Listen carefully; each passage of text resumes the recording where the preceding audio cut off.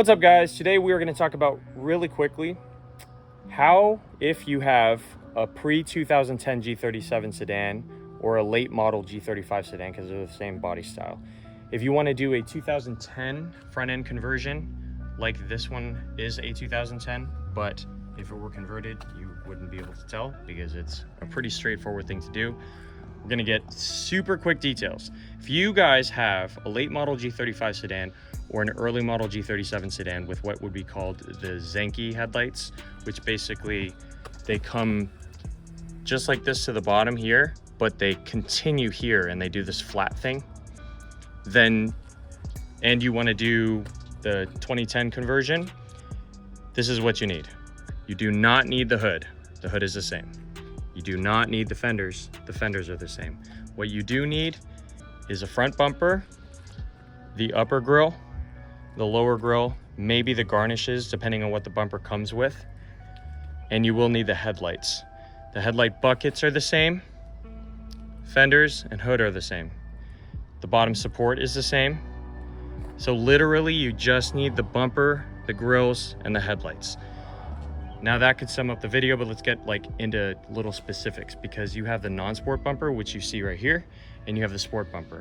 If you're already gonna do the conversion, the non-sport bumper is cheaper, but there are websites that have the sport bumper for actually not that much more. Z1 has a sport bumper, but it's pretty pricey. It's like $860 shipped or something like that. But there are sites where you can get painted sport bumpers. I can't tell you if the quality of the paint's any good, but you can get painted sport bumpers for like $550 shipped or something like that.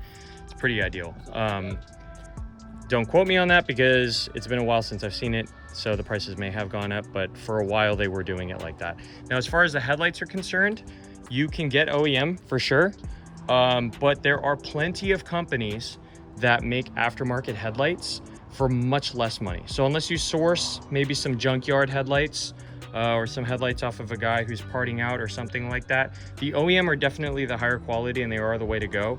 But there are companies like Acon and Spec D, I believe, and Depot, I believe. They make these style headlights with different housing colors, like a black housing, and they also make what's called like the GTR style headlight, where it has that LED line that runs from here to here and up to here. So yeah, so it looks like the new GTR's LED light in it. If you like that, the visibility out of those headlights is not as good as OEM, keep that in mind. But it's not terrible. So if you don't have like terrible night vision, something to think about. You can also beef up your fog lights if you want to offset it. I personally, if I were doing a conversion, would probably try to go with a GTR style headlight. Just make sure you get one that's well reviewed, because sometimes there are fitment issues. Sometimes aftermarket headlights leak and have condensation on the inside.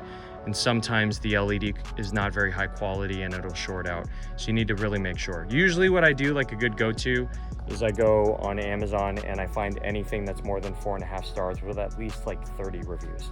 If you can find that and the reviews seem to be talking about the product, not because like sometimes like I looked into a set of black housing turn signals for the 350Z, and the reviews were talking about headlights for another vehicle. So clearly the seller was trying to dupe people into changing the whole product description, but trying to carry over the reviews from a previous product in order to have people believe that they were getting 5 stars on this one specific part when it really wasn't the case. So keep that in mind when you're paying attention to Amazon reviews. That's definitely something to look for. That's really good, actually. Yeah. But otherwise, if you're looking to do the conversion, price-wise, what you could expect to pay, you can get a honeycomb version of the OEM grill if you don't source one for cheap. I would just probably get a honeycomb one. You can get one of those for like $100, $110. You can get an aftermarket set of headlights from maybe like Acon for about $400 to $450. So that's like about, $560 right there. And then a non-sport bumper is usually about $350 shipped, unpainted.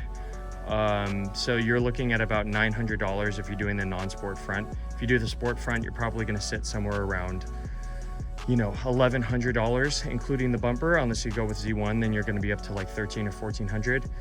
And then you just got to figure out what you're doing with the lower grille. Take your time.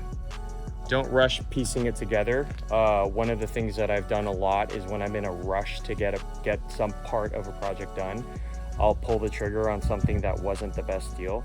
So like, make sure that you deal hunt, because with stuff like this, there's always a deal.